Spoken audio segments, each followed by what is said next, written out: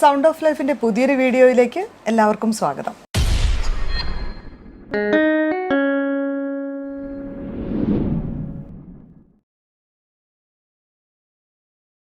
വഴികാട്ടിയുടെ ഇന്നത്തെ എപ്പിസോഡിൽ നമ്മൾ വാടക നിയമത്തെക്കുറിച്ചാണ് പറയുന്നത്.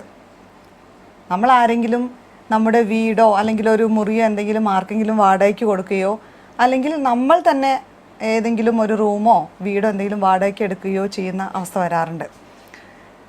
ഇങ്ങനെ വാടകയ്ക്ക് കൊടുക്കുകയോ വാടകയ്ക്ക് എടുക്കുകയോ ചെയ്യുമ്പോൾ നാം എന്തൊക്കെ കാര്യങ്ങളാണ് ശ്രദ്ധിക്കേണ്ടത് എന്നതിനെക്കുറിച്ചാണ് ഇന്ന് അഡ്വക്കേറ്റ് T.K ജയകൃഷ്ണൻ നമ്മോട് സംസാരിക്കുന്നത്. നമുക്ക് അഡ്വക്കേറ്റ് T.K ജയകൃഷ്ണനെ പരിചയപ്പെടാം. അദ്ദേഹം തൃശ്ശൂർ ബാർ അസോസിയേഷനിലെ അഡ്വക്കേറ്റാണ്. ഇവിടെ അയ്യന്തോൾ തന്നെയാണ് അദ്ദേഹത്തിൻ്റെ ഓഫീസ്. റെൻറ്റ് കൺട്രോൾ ആക്ടിനെ കുറിച്ചാണ് ഇന്ന് അദ്ദേഹം നമ്മോട് പറയുന്നത്. ഇങ്ങനെ ഒരു നിയമം ഉണ്ടാക്കാനുള്ളൊരു റീസൺ എന്തായിരിക്കും? ഉണ്ടാക്കാനുള്ള റീസൺ നമ്മുടെ കേരള സംസ്ഥാനം രൂപീകരിച്ചു. അതിനുശേഷം വരുമ്പോൾ ആ സമയത്ത് കൂടുതലും പാവപ്പെട്ട സ്വന്തമായിട്ട് കെട്ടിടങ്ങളില്ല, ബിസിനസ് ആവശ്യങ്ങൾ കൂടി വരുന്നു. സ്വന്തമായിട്ട് സ്ഥലമില്ലാതെ വരുമ്പോൾ ബിസിനസ് നടത്താൻ വേണ്ടിയുള്ള സ്ഥലത്തിനായിട്ട് മറ്റുള്ളവരെ ആശ്രയിക്കേണ്ടി വരുന്നു. പക്ഷെ അങ്ങനെ വരുമ്പോൾ പെട്ടെന്നുള്ളൊരു ഫോഴ്സിബിൾ എവിക്ഷൻ അങ്ങനത്തെ കാര്യങ്ങളൊക്കെ ഇപ്പോൾ എന്തെങ്കിലും ചെറിയൊരു പ്രശ്നം വന്നു കഴിഞ്ഞാൽ തന്നെ പെട്ടെന്ന് ഒഴിഞ്ഞു പോകണം എന്നുള്ള കാര്യങ്ങൾ പറയാം. അപ്പം ന്യായമല്ലാത്ത കാര്യത്തിന് വാടകക്കാരൻ ഒഴിഞ്ഞു കൊടുക്കേണ്ട ബാധ്യതയില്ല. അപ്പോൾ വാടകക്കാരൻ്റെ പ്രൊട്ടക്ഷന് വേണ്ടിയിട്ടാണ് ഈ നിയമം എഫക്റ്റിൽ വരുത്തിയിട്ടുള്ളത്. ഈ നിയമം പ്രാബല്യത്തിൽ വന്നിട്ടുള്ളത് 1965 അപ്പോൾ ആ സമയത്ത് വാടകക്കാരും കെട്ടിട ഉടമസ്ഥനും തമ്മിലുള്ള ഒരു ധാരണാ പെശകൾ എവിടെയെങ്കിലും വന്നു കഴിഞ്ഞാൽ അതിൻ്റെ ഒരു കോർഡിനേഷൻ, അതിൻ്റെ ഒരു പൂർത്തീകരണത്തിന് വേണ്ടിയിട്ടാണ് നിയമം പ്രാബല്യത്തിൽ കൊണ്ടുവന്നത്. ബിൽഡിംഗ് വാടകയ്ക്ക് കൊടുക്കാൻ അധികാരമുള്ളയാൾ, വാടക സ്വീകരിക്കാൻ അധികാരമുള്ളയാൾ ആണ് കെട്ടിട ഉടമസ്ഥൻ. ഇത് ഉപയോഗിക്കുന്ന ആളാണ് വാടകക്കാരൻ. അപ്പോൾ ഇവർ തമ്മിലുള്ള ഒരു അണ്ടർസ്റ്റാൻഡിങ് മിക്കവാറും എഴുതി തയ്യാറാക്കിയ ഒരു എഗ്രിമെൻറ്റിൻ്റെ അടിസ്ഥാനത്തിലായിരിക്കും എഫക്റ്റിൽ വന്നിട്ടുണ്ടാവുക. നമ്മൾ പറഞ്ഞൊരു കരാർ എഴുതണം എന്ന് പറഞ്ഞല്ലോ. അപ്പോൾ ഈ 11 മാസത്തേക്കാണ് അധിക കരാറുകളും എഴുതാറുള്ളത്. എന്താണ് അതിൻ്റെ കാര്യം? അത് രജിസ്ട്രേഷൻ ആക്ട് പ്രകാരം 1 വർഷത്തിൻ്റെ മേലെ വരുന്ന എഗ്രിമെൻറ്റുകൾ രജിസ്ട്രേഷൻ കമ്പൽസറിയാണ്. ആ രജിസ്ട്രേഷൻ ഒഴിവാക്കാൻ വേണ്ടിയിട്ടാണ് നമ്മൾ 11 മാസം, 10 മാസം, 6 മാസം ഇങ്ങനെ 1 വർഷത്തിൽ താഴെ വരുന്ന പീരീഡിലേക്ക് സാധാരണയായിട്ട് റെൻ്റ് എഗ്രിമെൻറ്റുകൾ എഴുതുന്നത്. ഇനി മേ ബി ഒരു 2 വർഷത്തേക്ക് എഴുതിയില്ല, 11 മാസത്തേക്ക് മാത്രമേ എഴുതിയുള്ളൂ, അത് പുതുക്കാൻ പറ്റിയില്ല. അപ്പോൾ അവർക്കുള്ള റൈറ്റിൽ എന്തെങ്കിലും? അവർക്ക് റൈറ്റിൽ ഒരു മാറ്റം വരുന്നില്ല. അവർക്ക് ടെനൻറ്റ് തന്നെ ഈ പീരീഡ് കഴിഞ്ഞ് വീണ്ടും ടെനൻറ്റ് ടെനൻസി റൈറ്റ് കണ്ടിന്യൂ ചെയ്യുകയാണെങ്കിൽ അതിന് ഹോൾഡിംഗ് ഓവർ എന്നുള്ളൊരു ഇതിലാണ് അറിയപ്പെടുന്നത് നിയമപ്രകാരം. ഹോൾഡിംഗ് ഓവർ എന്നുള്ള രീതിയിൽ ടെനൻറ്റിൻ്റെതായ എല്ലാ പ്രൊട്ടക്ഷൻസും, ഈ ആക്ട് പ്രകാരമുള്ള എല്ലാ പ്രൊട്ടക്ഷൻസും അദ്ദേഹത്തിന് അവൈലബിൾ ആണ്. ഈ ആക്ട് പ്രകാരം ഓണറും ടെനന്റും ആണ് അല്ലേ? ഓണറും ടെനന്റും, വാടകക്കാരനും കെട്ടിട ഉടമയും. 2 വർഷത്തേക്ക് എഴുതി ആ കരാർ രജിസ്റ്റർ ചെയ്തില്ലെങ്കിൽ എന്തെങ്കിലും നിയമ തടസ്സം ഉണ്ടാവുമോ? അതുകൊണ്ട് ടെനൻസി റൈറ്റിനെ അത് ബാധിക്കുന്നില്ല. രജിസ്റ്റർ ചെയ്തില്ലേ എന്നുള്ളതല്ല, ഇവർ തമ്മിലുള്ള മ്യൂച്വൽ അണ്ടർസ്റ്റാൻഡിങ് എന്താണ്? പ്രതിമാസ വാടകക്കാരനാണ്, ഒരു ലൈസൻസി അല്ല, വാടകക്കാരനാണ് എന്നതാണെങ്കിൽ ഈ നിയമപ്രകാരമുള്ള എല്ലാ പ്രൊട്ടക്ഷനും വാടകക്കാരന് ലഭ്യമാണ്. പക്ഷേ 1 വർഷത്തിൽ താഴെ ഉള്ള ഒരു ട്രാൻസാക്ഷൻ ആണെങ്കിലും 1 വർഷം കഴിഞ്ഞാലും കെട്ടിട ഉടമസ്ഥനും വാടകക്കാരനും തമ്മിലുള്ള മ്യൂച്വൽ അണ്ടർസ്റ്റാൻഡിങ്ങിൽ ഇതേ ടേംസിൽ തന്നെ അവർക്ക് തുടർന്ന് പോകാം. അതിനെ ഹോൾഡിംഗ് ഓവർ എന്നുള്ള ഇതിലാണ് നിയമപ്രകാരം അറിയപ്പെടുന്നത്. അതിൽ റെൻ്റ് എൻഹാൻസ് ചെയ്യാവുന്ന ചിലപ്പോൾ കണ്ടീഷൻസ് ഉണ്ടാവാം. അപ്പോൾ അതേ കണ്ടീഷനിൽ തന്നെ ഉടമസ്ഥനായിട്ടും വാടകക്കാരനായിട്ട് തന്നെ തുടർന്നു കൊണ്ടുപോകുന്നു. അപ്പോൾ നമുക്ക് എത്ര വർഷത്തേക്ക് വേണമെങ്കിലും റെൻ്റ് എഗ്രിമെൻറ്റ് എഴുതാം. റെൻ്റ് എഗ്രിമെൻറ്റ് അല്ലെങ്കിൽ ഓരോ പീരീഡ് കഴിയുമ്പോൾ ഫ്രഷാക്കി പുതുക്കി എഴുതി കൊണ്ടുപോകാം. അത് എഴുതിയില്ലെങ്കിലും ഹോൾഡിംഗ് ഓവർ എന്നുള്ള ടെനൻറ്റിൻ്റെ റൈറ്റ് അവിടെ, ടെനൻറ്റിൻ്റെ പ്രൊട്ടക്ഷൻസ് അവിടെ അവൈലബിൾ ആണ് ടെനൻറ്റിന്.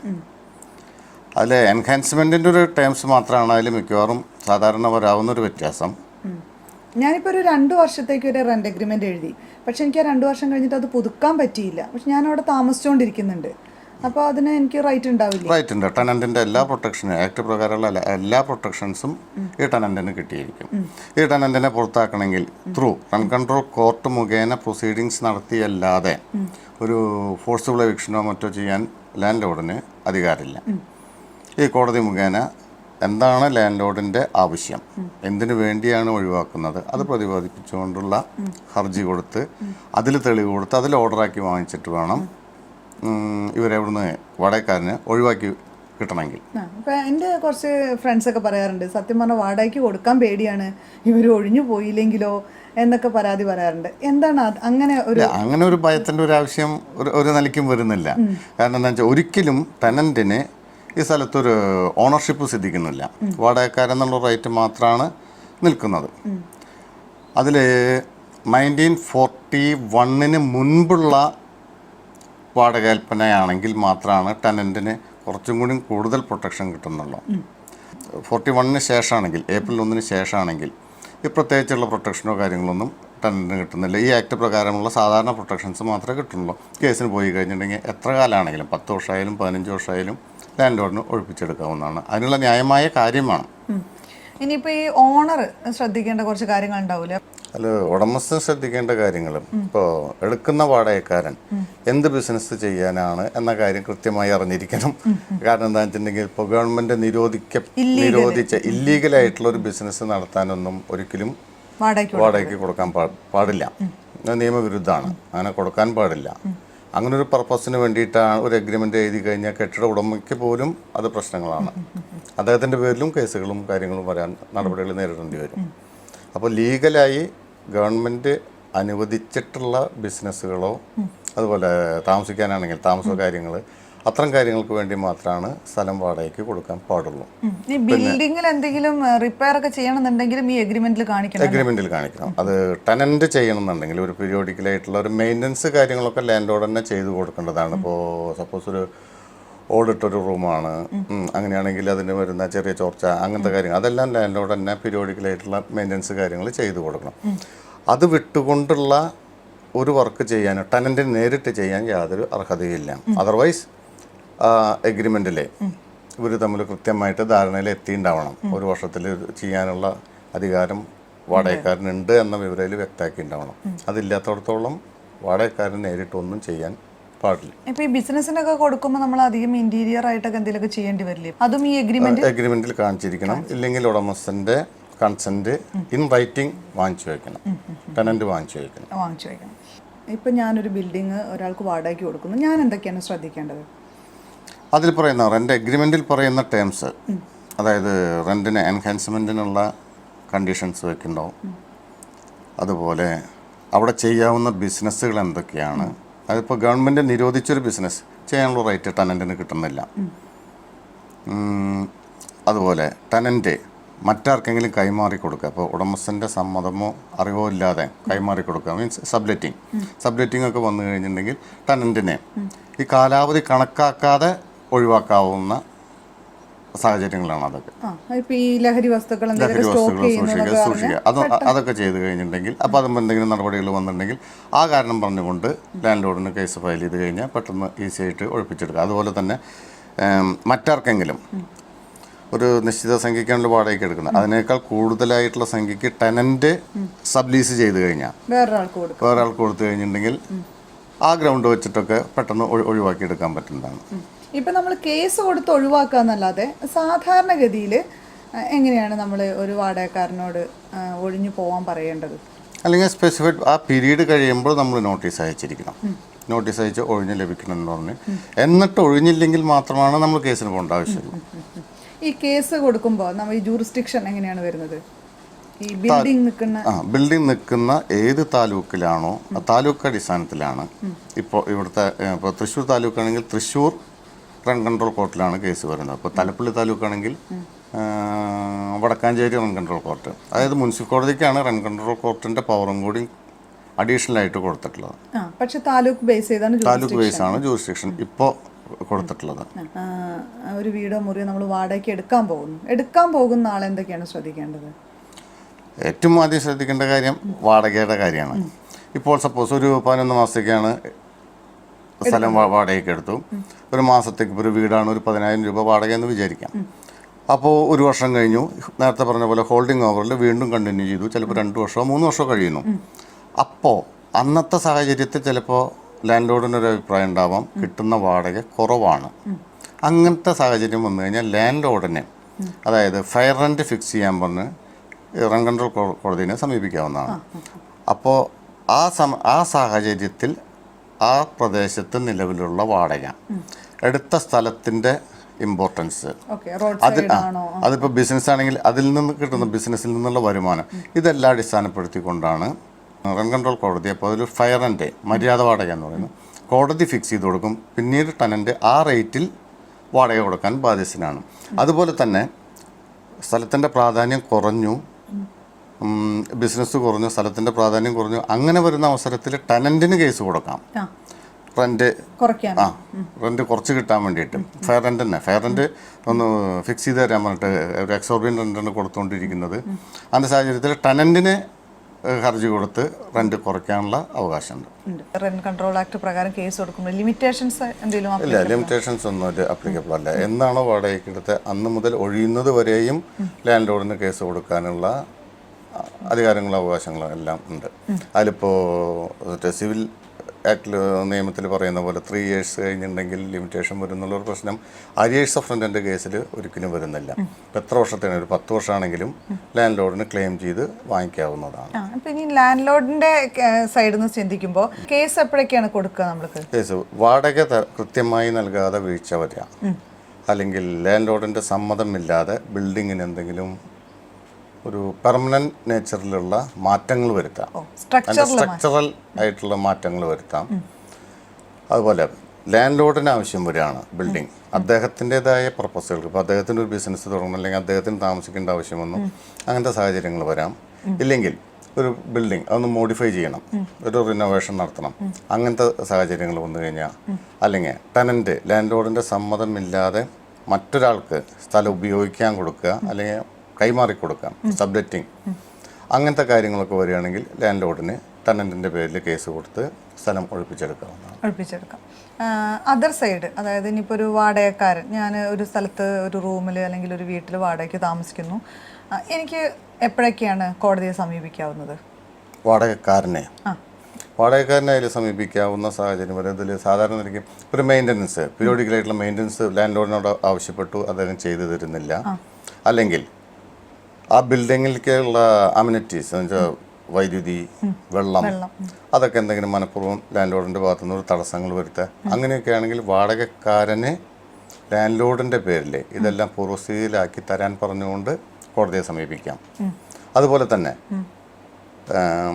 എടുക്കുന്ന അവസരത്തിലുള്ള വാടക അതിനേക്കാൾ വളരെ കുറഞ്ഞ തോതാണ് അവിടെ പ്രിവെയിൽ ചെയ്തു വരുന്നത് എങ്കിൽ, അല്ലെങ്കിൽ അതിൻ്റെ ആ സ്ഥലത്തിൻ്റെ പ്രാധാന്യം കുറയുക, ബിസിനസ് കുറയുന്നു, പ്രാധാന്യം കുറയുന്നു, അങ്ങനത്തെ സാഹചര്യങ്ങളൊക്കെ വരുമ്പോൾ എടുത്ത ആ സമയത്ത് റെൻറ്റ് അത്രയ്ക്കും അതൊരു എക്സോർബിയൻ്റ് ആയിട്ട് വരികയാണെങ്കിൽ റെൻറ്റ് കുറയ്ക്കാൻ പറഞ്ഞ് ഫെയർ റെൻറ്റ് ഫിക്സ് ചെയ്യാൻ പറഞ്ഞ് ടെനൻറ്റിന് കൊടുക്കാം.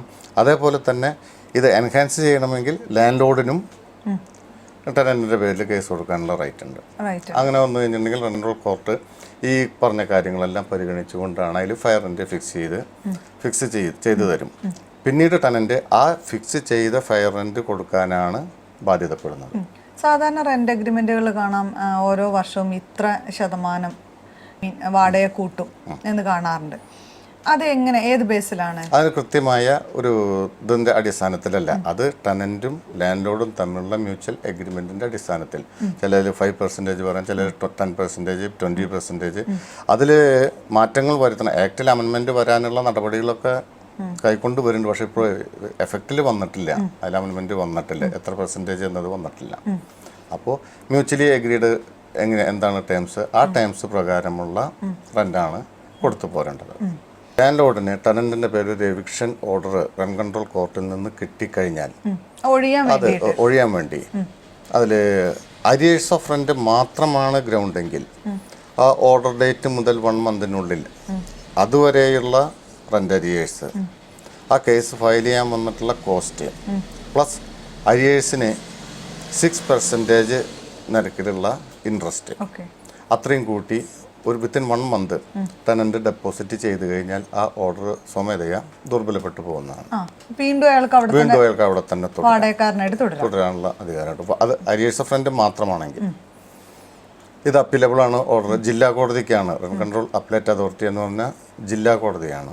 ലാൻഡ് ലോഡ് ആണെങ്കിലും ടെനൻ്റ് ആണെങ്കിലും അതിൽ അപ്പീൽ ബോധിപ്പിക്കേണ്ടത് റെന്റ് കൺട്രോൾ അപ്പലേറ്റ് അതോറിറ്റി, അതായത് ജില്ലാ കോടതിയിലാണ് അപ്പീൽ ബോധിപ്പിക്കേണ്ടത്. അക്കൗണ്ട് വഴി അല്ലാതെ വാടക കൊടുത്തു എന്നുള്ളതിന് നമുക്ക് ചിലപ്പോൾ തെളിവൊന്നും കയ്യിലുണ്ടാവണമെന്നില്ല. അപ്പോൾ ഈ വാടകക്കാരെന്തൊക്കെയാണ് ശ്രദ്ധിക്കേണ്ടത്? അത് കൊടുക്കുന്ന സമയത്ത് തന്നെ ഏത് മാസത്തെ വാടകയാണ് അതിൻ്റെ റെസീറ്റായിട്ട് ലാൻഡ് ലോഡിൻ്റെ കയ്യിൽ നിന്ന് വാങ്ങിച്ച് സൂക്ഷിക്കണം. അതിനുള്ള ആ ബർഡൻ ടെനൻറ്റിൻ്റെ കയ്യിലാണ്. കാരണം ലാൻഡ് ലോഡ് എപ്പോൾ പറയുന്നു എനിക്ക് ഇന്ന മാസത്തെ പൈസ കിട്ടിയിട്ടില്ല എന്ന് പറഞ്ഞാൽ അല്ല ഞാൻ കൊടുത്തിട്ടുണ്ട് എന്ന് കാണിക്കാവുന്ന രേഖ സൂക്ഷിക്കേണ്ടത് വാടകക്കാരനാണ്. ഉടമസ്ഥൻ ഒഴിയാൻ പറഞ്ഞു, ഒഴിഞ്ഞില്ല, അയാൾ കോടതിയെ സമീപിച്ചു, വിധി വന്നു എത്ര നാളിനുള്ളിലാണ് ഇവർ ഒഴിയേണ്ടി വരിക? 1 മാസ സമയം എങ്ങനെയാണെങ്കിലും കോടതി തന്നെ കൊടുക്കും. അതിനുള്ളിൽ ഒഴിഞ്ഞു കൊടുത്തില്ലെങ്കിൽ ഈ ഓർഡർ എക്സിക്യൂട്ട് ചെയ്യാൻ വേണ്ടിയിട്ട് അതാത് സ്ഥലത്ത് പ്രിൻസിപ്പൽ മുൻസിഫ്മാർക്കാണ് റെന്റ് കൺട്രോൾ ഓർഡറിൻ്റെ എക്സിക്യൂഷൻ എന്നുള്ള പവർ വരുന്നത്. അതായത് പ്രിൻസിപ്പൽ മുൻസിപ്പൽ കോടതികളിൽ കോടതി മുഖേന ആമീനെ ഡെപ്യൂട്ട് ചെയ്ത് സ്ഥാനങ്ങളൊക്കെ മാറ്റി സ്ഥലം ഒഴിപ്പിച്ചെടുക്കാവുന്നതാണ്. ഒരു വാടകക്കാരനെ ഒഴിപ്പിച്ച് മറ്റൊരു വാടകക്കാരന് കൊടുക്കാൻ വേണ്ടിയിട്ട് ആ റീസൺ പറഞ്ഞുകൊണ്ട് കെട്ടിട ഉടമസ്ഥന് കേസ് കൊടുക്കാൻ പറ്റില്ല. അല്ല, അതിന് തടസ്സമുണ്ട്. ഇദ്ദേഹത്തിന് ഉടമസ്ഥന് എന്തെങ്കിലും സ്വന്തമായിട്ട് ഇപ്പോൾ ഉടമസ്ഥന് ഒരു ബിസിനസ് ചെയ്യണം, അല്ലെങ്കിൽ ഉടമസ്ഥന് താമസിക്കണം, അല്ലെങ്കിൽ ഉടമസ്ഥനെ ഡിപ്പെൻഡ് ചെയ്യുന്നവർക്ക് ബിസിനസ് ചെയ്യണം, താമസിക്കണം, അങ്ങനത്തെ ആവശ്യങ്ങളൊക്കെ വന്നു കഴിഞ്ഞാലാണ് ആ റീസൺ പറഞ്ഞുകൊണ്ട് പെറ്റീഷൻ കൊടുക്കാവുന്നത്. അതിപ്പോൾ നിലവിലുള്ള ഇപ്പോൾ ഡിപ്പെൻഡൻറ്റിൻ്റെ ആവശ്യം പ്രസൻ്റ്ലി ഇല്ലെങ്കിലും അടുത്ത കാലത്ത് തന്നെ അങ്ങനെ ഒരു ആവശ്യമായിട്ട് വരാം. സപ്പോസ് ഇപ്പോൾ മകൻ ഗൾഫിലാണ്, ഗൾഫിൽ നിന്ന് തിരിച്ചു വന്ന് താമസിക്കണം, അല്ലെങ്കിൽ ഗൾഫിൽ നിന്ന് തിരിച്ചു വന്നിട്ടൊരു ബിസിനസ് തുടങ്ങണം, അങ്ങനത്തെ സാഹചര്യം വന്നിട്ടുണ്ടെങ്കിലും ഉടമസ്ഥന് കേസ് ഫയൽ ചെയ്യാവുന്നതാണ്. ഉടമസ്ഥൻ ആ ബിൽഡിംഗ് പൊളിച്ചിട്ട് വേറൊരു ബിൽഡിംഗ് അവിടെ കെട്ടാനാണ്. അപ്പോൾ അങ്ങനെയാണെങ്കിൽ അങ്ങനെയാണെങ്കിൽ ആ ഗ്രൗണ്ട് വെച്ചിട്ട് വാടകക്കാരനെ ഒഴിപ്പിക്കാൻ പറ്റും. പക്ഷേ പുതിയ ബിൽഡിങ്ങിൽ ഒരു റൂം ഈ പഴയ വാടകക്കാരന് അലോട്ട് ചെയ്ത് കൊടുക്കണം. പക്ഷേ അങ്ങനെയാകുമ്പോൾ ആ ബിൽഡിങ്ങിന് വന്ന കോസ്റ്റ്, അപ്പോഴത്തെ പ്രിവെയിലിംഗ് റേറ്റ്, അതെല്ലാം കോടതി പരിഗണിച്ചുകൊണ്ട് കോടതി റെൻറ്റ് ഫിക്സ് ചെയ്ത് കൊടുക്കും, ഫെയർ റെൻറ്റ് ഫിക്സ് ചെയ്ത് കൊടുക്കും. അപ്പോൾ ആ തോതിൽ റെൻറ്റ് കൊടുക്കാൻ വാടകക്കാരന് ബാധ്യതയുണ്ട്. കോടതിയാണ് ആ പഴയ വാടകക്കാരനുള്ള റെന്റ് ഫിക്സ് ചെയ്ത് കൊടുക്കും. ബാക്കി റൂമുകൾക്ക് ഇയാൾക്ക് പുറത്തേക്ക് വേണമെങ്കിൽ വാടകയ്ക്ക് കൊടുക്കാം. നിരോധിതമായ ഒരു ബിസിനസ്സും ഒരു ഏർപ്പാടുകളും നടത്താനുള്ള അനുമതി വാടകക്കാരനില്ല. ഇപ്പൊ ഈ റെന്റ് കൺട്രോൾ ആക്ടിന്റെ കീഴിൽ വരുന്ന കേസുകളെ കൂടുതൽ കാലം നീണ്ടു പോവോ? ഇത് ഈ ആക്ട് ഒരു സമ്മറി പ്രൊസീഡിങ്സ് ആയിട്ടാണ് ആക്ട് നിലവിലുള്ളതെങ്കിലും ഒരു 6 മാസത്തിനുള്ളിൽ തീർപ്പാക്കുക എന്നത് ഇപ്പോൾ കേസിൻ്റെ ബാഹുല്യം കാരണം കോടതികളിൽ ഒരു പ്രായോഗികമല്ല. ഒരു വർഷം 1.5 വർഷത്തോളം ഇപ്പോൾ എടുത്തു വരുന്നുണ്ട്. വാടക കുടിശ്ശികയും അതുപോലെ വേറെ ഏത് ഗ്രൗണ്ടിലുള്ള പ്രൊസീഡിങ്സ് ആണെങ്കിലും വാടകക്കാരൻ അവൻ വാടകക്കാരനാണ് എന്ന് സമ്മതിച്ചിട്ടുണ്ടെങ്കിൽ, അതായത് കെട്ടിട ഉടമസ്ഥൻ്റെ ഉടമസ്ഥാവകാശം ചോദ്യം ചെയ്യുന്നില്ല, വാടകക്കാരനാണെന്ന് അഡ്മിറ്റ് ചെയ്താൽ, ഇവൻ അഡ്മിറ്റ് ചെയ്യുന്ന വാടക ബാക്കി എത്രയാണ് അത് കെട്ടിവെച്ചാൽ കോടതിയിൽ ഡെപ്പോസിറ്റ് ചെയ്താൽ മാത്രമാണ് ടെനൻറ്റിന് കേസ് നടത്തിക്കൊണ്ടുപോകാനുള്ള റൈറ്റുള്ളൂ. അല്ലെങ്കിൽ കോടതി അപ്പം തന്നെ പറയും അത് ഒഴിഞ്ഞ സ്ഥലം ഒഴിഞ്ഞു കൊടുക്കാൻ പറയും. പെൻഡിൽ നിൽക്കുമ്പോൾ അപ്പോൾ സമയപരിധി കൂടുന്നത് കൊണ്ട് പ്രശ്നമില്ല. കാരണം എന്താ വെച്ചിട്ടുണ്ടെങ്കിൽ അത്രയും സമയത്തെ റെൻറ്റ് കോടതി മുഖേന അപ്പോൾ ഡെപ്പോസിറ്റ് ചെയ്യിപ്പിച്ചുകൊണ്ടിരിക്കും. വാടകക്കാരനും ഉടമസ്ഥനും അവർ തമ്മിലുള്ള ഒരു അണ്ടർസ്റ്റാൻഡിങ്ങിൻ്റെ ബേസിൽ തയ്യാറാക്കിയ എഗ്രിമെൻ്റ് പ്രകാരം പ്രവർത്തിക്കുകയാണെങ്കിൽ വലിയ പ്രശ്നങ്ങളൊന്നും ഇല്ലാതെ പോവാം. ഇനി ആ എഗ്രിമെൻ്റ് എന്തെങ്കിലും വയലേറ്റ് ചെയ്യുകയാണെങ്കിൽ എന്തെങ്കിലും ടേംസിന് വയലേഷൻ വന്നാലാണ് ലീഗലായിട്ട് പോകാവുന്ന ഒരു സാഹചര്യം വരുന്നത്. ടെനന്റിനാണെങ്കിലും ലാൻഡ് ലോഡിനാണെങ്കിലും രണ്ടുപേർക്കും റൈറ്റ്സ് ഉണ്ട്. കോടതിയിൽ റെന്റ് കൺട്രോൾ കോർട്ട് എന്ന് പറഞ്ഞിട്ടുണ്ടെങ്കിൽ അത് പ്രത്യേകിച്ചും ഇപ്പോൾ സെക്ഷൻ 11 എവിക്ഷൻ്റെ കാര്യങ്ങളെല്ലാം പറയുന്നത്. പക്ഷേ ഇതിൽ ഇപ്പോൾ അമ്യൂണിറ്റീസ് കട്ട് ഓഫ് ചെയ്യാം, അല്ലെങ്കിൽ മെയിൻ്റനൻസ് ചെയ്തു തരുന്നില്ല, അതെല്ലാം വരുമ്പോഴുള്ളൊരു പ്രശ്നം അത് അക്കോമഡേഷൻ കൺട്രോളർ എന്ന, അതായത് തഹസിൽദാരാണ്, അദ്ദേഹത്തെയാണ് ടെനന്റ് സമീപിക്കേണ്ടത്. നമ്മൾ വാടകയ്ക്ക് എടുക്കുന്ന സമയത്തുള്ള ടേംസ്, വെള്ളം, വൈദ്യുതി, അതെല്ലാം ലാൻഡ് ലോഡ് അലോട്ട് ചെയ്തിട്ടുണ്ടെങ്കിൽ അതിൽ സ്പെസിഫൈ ചെയ്ത് പറഞ്ഞിട്ടുണ്ടാവണം. അത് സ്പെസിഫൈഡ് അല്ലെങ്കിൽ ചോദിക്കാനുള്ള റൈറ്റ് ഇല്ല.